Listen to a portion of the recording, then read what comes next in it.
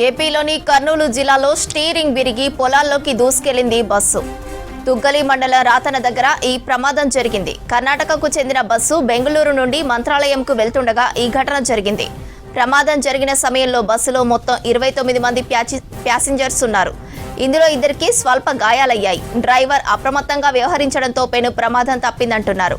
విషయం తెలియగానే పోలీసులు ఘటనా స్థలానికి చేరుకున్నారు. కేసు దర్యాప్తు చేస్తున్నామని పత్తికొండ సిఐ శేఖర్ అన్నారు.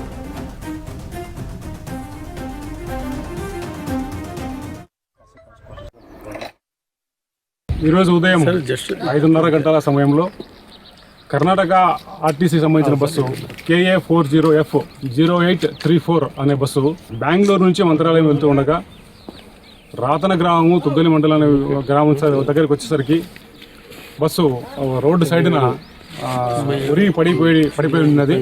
దీన్ని విచారం చేస్తే ఈ బస్సు బెంగళూరు టు మంత్రాలయం వెళ్తుండగా ఈ బస్సులో మొత్తం 29 మంది ప్యాసింజర్లు ప్రయాణం చేస్తున్నారు. దాంట్లో దేవుని దయ వల్ల ఈ బస్సు ప్రమాదం జరిగిన తర్వాత ఎవరికి కూడా ఎటువంటి పెద్ద మేజర్ ఇంజరీస్ ఏం లేవు. ఇద్దరికి మాత్రము చాలా స్వల్ప గాయాలైనాయి.